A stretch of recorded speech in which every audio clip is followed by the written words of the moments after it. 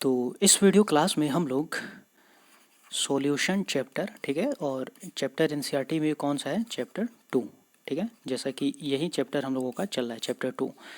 तो सॉल्यूशन के हम लोग कुछ एग्जाम्पल के क्वेश्चन को डिस्कस कर रहे थे, ठीक है। और एग्जाम्पल के जो आज डिस्कस होने वाले हैं क्वेश्चन 12 और 13, ठीक है। मैंने इन दोनों क्वेश्चन को एक सेपरेट वीडियो में डिस्कस करने के लिए इसलिए सोचा क्योंकि ये दोनों ही क्वेश्चन कैसे थोड़े टेढ़े हैं, थोड़ा इसमें दिमाग लगाना है और थोड़ा मैं इसको कठिन भी मान सकता हूँ, ठीक है। तो मेरे ख्याल से ये क्वेश्चन इतना टेढ़ा है कि इसको 3-4 बार बच्चों को तो आम तौर पर प्रैक्टिस करनी ही चाहिए बारीकी से, ठीक है।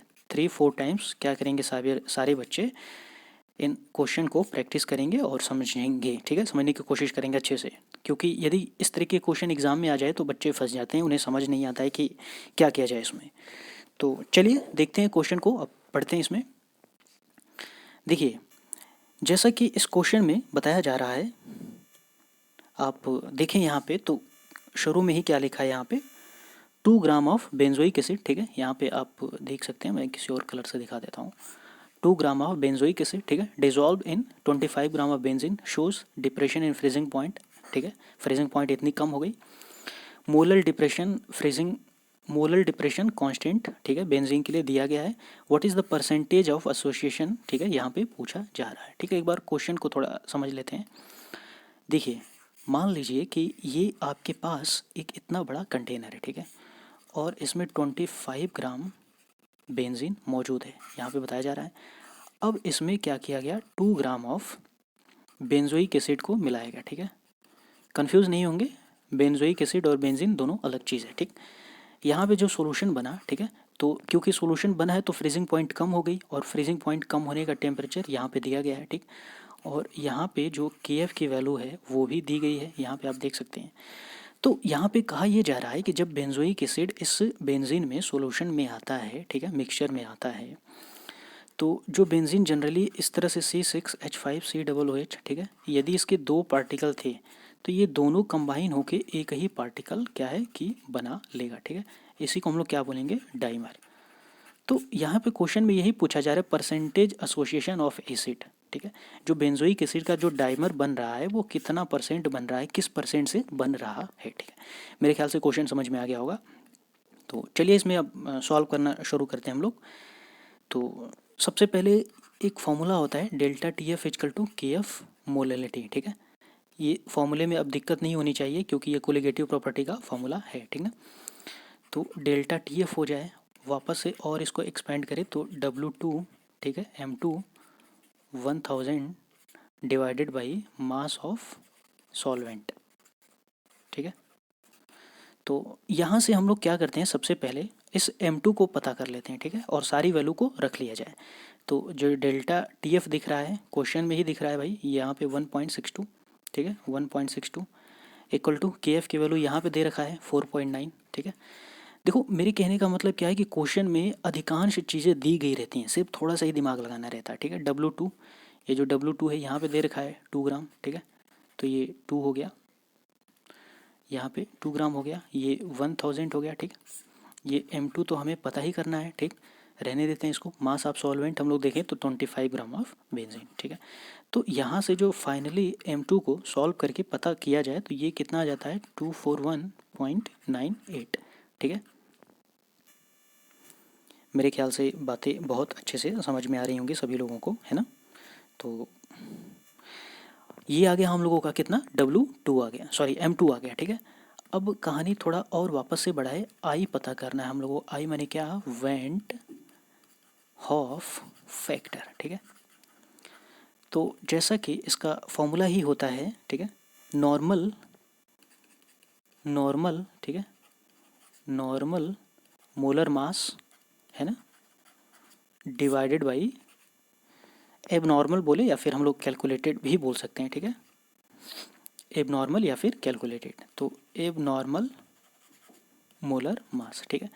तो जो आई की वैल्यू अब हम लोग कैलकुलेट करें यहाँ से, तो नॉर्मल मोलर मास जो बेंजोइक एसिड दिख रहा है, ठीक है, इस बेंजोइक एसिड का जो नॉर्मल मोलर मास हम लोग निकालें, यानी सबका एटॉमिक मास यहाँ पर रख के ऐड किया जाए तो ये कितना आ जाएगा, 122 आ जाएगा, ठीक है। तो बस यहाँ पे आगे रख लिया जाए 122 डिवाइडेड बाई जो कि हम लोगों ने कैलकुलेट किया है या फिर एबनॉर्मल, ये आ गया 241.98। इसको जब सॉल्व किया जाए बच्चों लोग, ठीक है, तो ये वैल्यू हम लोगों की कितनी आ जाती है, 0.504, ठीक है, ये इतना आ जाता है। ठीक है, मेरे ख्याल से यहाँ तक बातें समझ में आई होंगी सभी लोगों को। अब इसको हम लोग क्या करते हैं, मिटा देते हैं। ठीक है, एक तो ये तरीका हो गया आई पता करने का। ठीक है, एक और तरीके से आई अब हम लोग पता करते हैं। ठीक है, देखो, जब दूसरे तरीके से आई को पता किया जाए तो सबसे पहले C6H5COOH, ठीक है, इसके दो पार्टिकल और ये दोनों पार्टिकल जब सॉल्यूशन में जाते हैं तो वो एक ही बड़ा सा पार्टिकल यानी कि क्या बना लेता है, डाइमर बना लेता है। ठीक है, यदि हम लोग कहें रेशियो कैसा है, ये 2 का रेशियो और ये यहाँ पे 1 का रेशियो दिख रहा है ना, यानी कि यहाँ से जितना भी जाएगा उधर ये 1 फॉर्म करने वाला है। ठीक ना, तो चलिए सपोज करते हैं कि ये 1 था तो अभी शुरू नहीं हुआ है, यानी ये प्रोसेस शुरू नहीं हुई, तो ये कितना है, 0। ठीक है, यदि 1 में से हम लोग कहें कि ये x पार्टिकल गया तो इधर फॉर्म कितना करेगा, x/2। ठीक है, अब आई हम लोगों को वेंट ऑफ फैक्टर पता करना है, तो क्या करेंगे, सारे पार्टिकल एक प्रोसेस के बाद और इनिशियल पार्टिकल उस प्रोसेस के पहले। ठीक है, यही होता है फॉर्मूला, देख लेना, मैंने ये सब बता रखा है। ठीक है, तो 1 - x हो गया प्लस x/2 हो गया और डिवाइडेड बाई 1। तो इसको हम लोग सॉल्व करें तो ये कितना आ जाएगा, 1 - x/2। अब एक चीज़ समझेंगे, यहाँ पे जो हम लोगों ने आई की वैल्यू को कैलकुलेट किया है और यहाँ पर जो आई की वैल्यू कैलकुलेट किए हैं हम लोग, ये दोनों ही आई की वैल्यू क्या है, बराबर है। ठीक है, इक्वल है, बस दो अलग अलग तरीके से कैलकुलेट करी गई है। ठीक है, मेरे ख्याल से यहाँ तक बातें समझ में आ रही होंगी। ठीक है, तो दोनों वैल्यू को हम लोग बराबर बराबर कर लेते हैं। ठीक है, तो जो आई इक्वल टू है वो कितना हो जाएगा, 1 - x/2 इक्वल टू 0.504। ठीक है, तो ये हो गया 1 माइनस, ठीक है, इसको हम लोग सॉल्व करें। ठीक है, तो सॉल्व करने के बाद ये सबसे पहले तो इसमें मल्टीप्लाई हो जाएगा, तो ये कितना हो गया, 2 - x divided by 2 equal to 0.504। ठीक है, अब मेरे ख्याल से इधर वाली चीज़ों को मैं मिटा देता हूँ। ठीक ना, बस अब क्वेश्चन लग गया है। ठीक है, अब इसमें कुछ है नहीं, लग गया है जितना लगना था। अब जैसे ये x की वैल्यू आएगी बस इसी का हमको लोगों को परसेंटेज निकालेंगे, बस फाइनल आंसर हम लोगों का आ जाएगा। ठीक है, तो ये चीज़ दिख रहा है 2 - x divided by 2 equal to 0.504। ठीक है, तो ये 2 - x हो गया। अब ये इसमें 2 मल्टीप्लाई करें तो कितना दिखेगा हम लोगों को, बताओ, ये हो जाएगा हम लोगों का 8, ये 0, ये 10 यानी कि 1.08। ठीक है, तो यहाँ से जो x की वैल्यू आएगी वो कितना आएगी, 2 - 1.08, यानी कि ये कितना आ जाएगा, 0.992, है ना, मेरे ख्याल से इतना ही आएगा।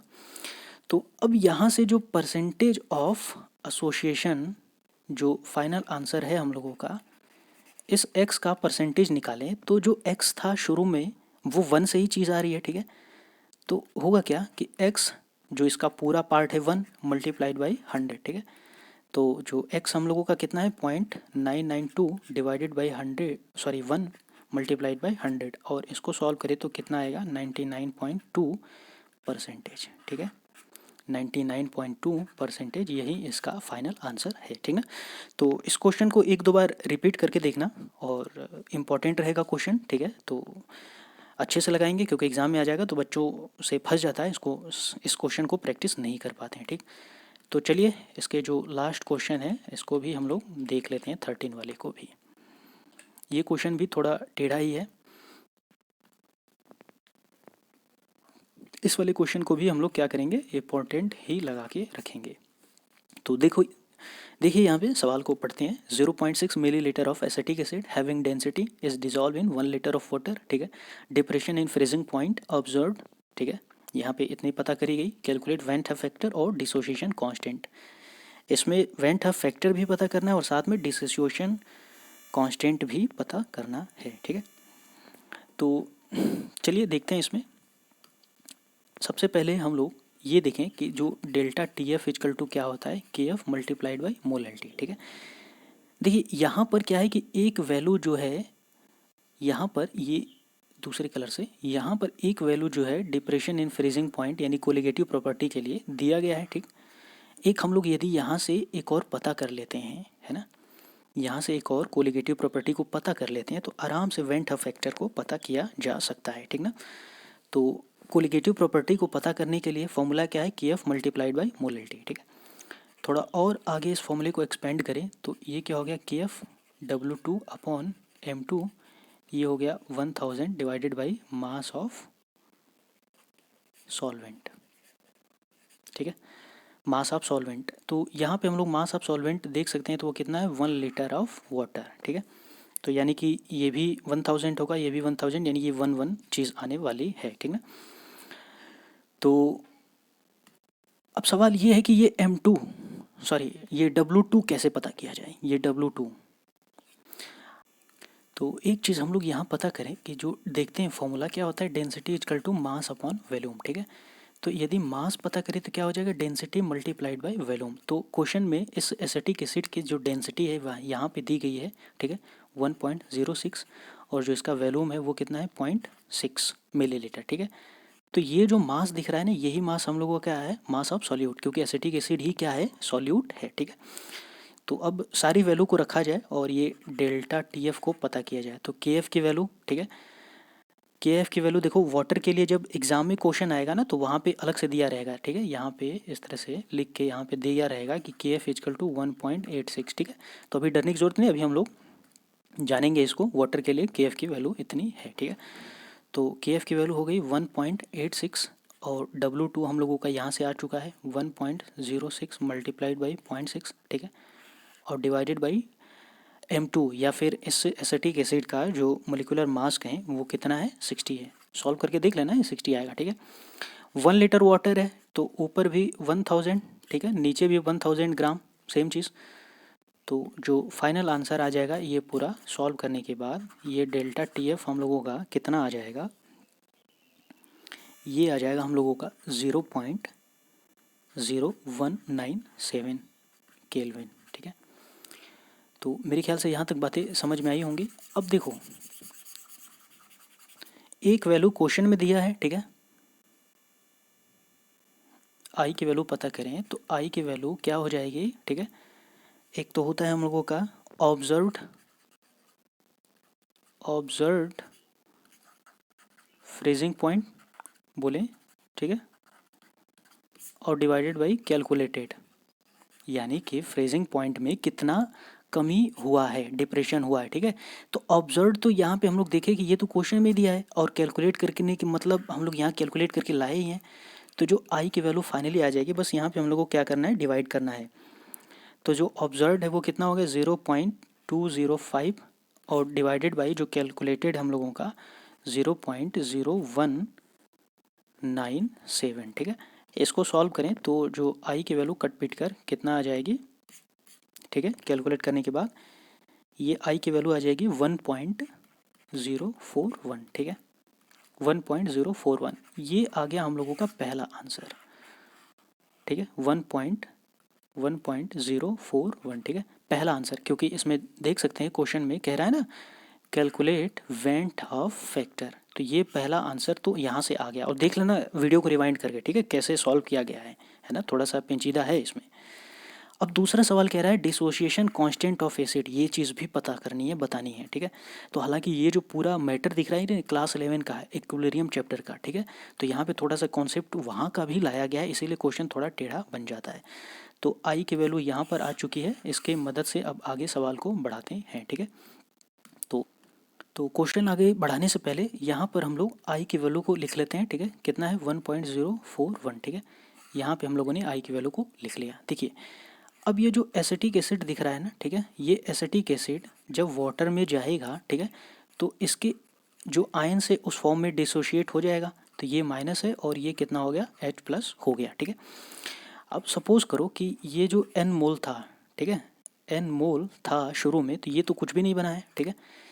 अब हम लोग रिलेशन देखें इनका, तो रिलेशन भी कैसा दिख रहा है, ये 1 से 1 का बन रहा है और ये भी 1 बन रहा है, यानी कि जितना इधर 1:1 का रेशियो दिख रहा है ना, ये चीज़ समझ में आ रही है कि नहीं आ रही है, ठीक है। ये क्लास 11 में चीज़ें बताई जाती हैं। तो अब देखो कि हुआ क्या, उसी तरह से ये n मोल से सपोज करिए कि यहाँ से nx मोल चला गया तो इधर भी कितना बनेगा, nx ही बनेगा। हम लोग देख सकते हैं ना 1:1 का रेशियो है, तो यहाँ से nx गया तो ये भी nx और ये भी nx बन जाएगा, ठीक ना। अब यदि हम लोग यहाँ से I की वैल्यू को पता करें तो सबसे पहले ये सारे के सारे मोल जो दिख रहे हैं, पार्टिकल दिख रहे हैं, इसको ऐड करेंगे और जो इनिशियल मोल था उससे डिवाइड करेंगे, ठीक है। तो हम लोगों ने देखा कि n minus nx plus nx plus nx और डिवाइडेड बाई कितना, n, ठीक है। तो यहाँ से I की वैल्यू हम लोग देखें तो ये इससे कैंसिल हो गया और हमें क्या मिला, n प्लस nx मिला और डिवाइडेड बाई n मिला, ठीक है।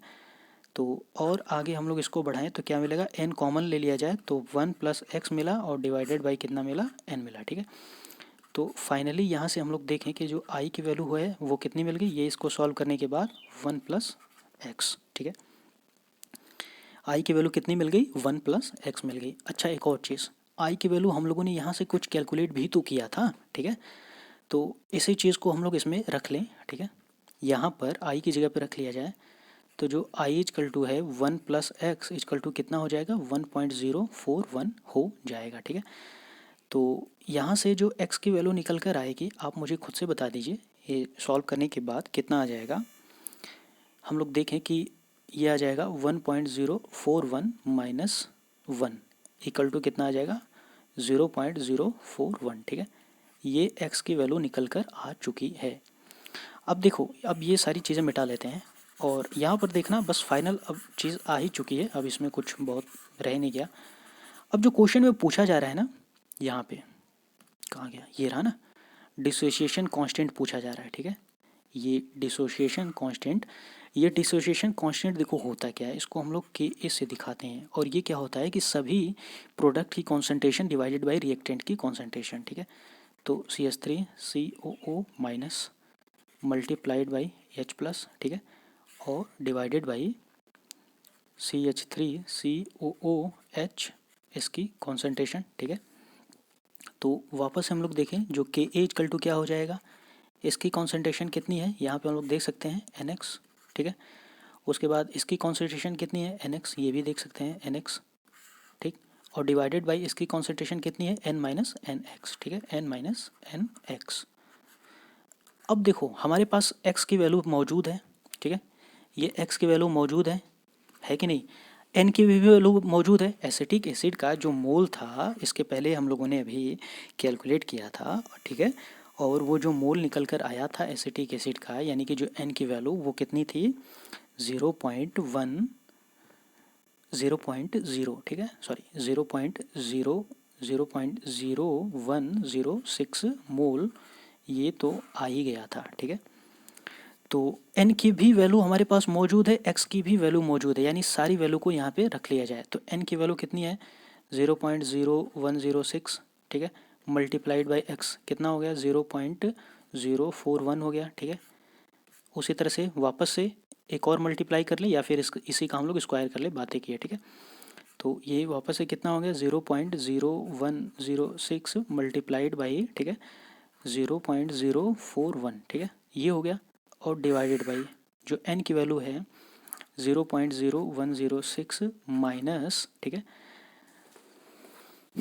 माइनस, और फिर वापस से इसमें मल्टीप्लाई करेंगे ना तो 0.0106, ठीक है, मल्टीप्लाइड बाई 0.041, ठीक है। ये पूरा जो मटेरियल दिख रहा है ना, यही हम लोगों को सॉल्व करना है और सॉल्व करने के बाद देखें तो जो फाइनल आंसर हम लोगों का आ जाएगा, ये पूरा सॉल्व करने के बाद ये आ जाएगा 1.86 इंटू 10⁻⁻⁵, ठीक है। यही जो आया है ना, यही आंसर आया है, ठीक है, 1.86 इंटू 10⁻⁵, यही जो आया है इससे Ka की वैल्यू बोलें या डिसोसिएशन कांस्टेंट की वैल्यू फाइनल आंसर आया है, ठीक है। तो मैं सब मिटा देता हूँ और आगे तो कुछ है नहीं, तो वीडियो को रिवाइंड करके थोड़ा बारीकी से देख लेना दोनों क्वेश्चन कैसे रहेंगे, इंपॉर्टेंट रहेंगे। और मिलते हैं अगली क्लास में। अब हम लोग इन टेक्स्ट के क्वेश्चन को लगाएंगे, ठीक है, इन टेक्स्ट के क्वेश्चन को।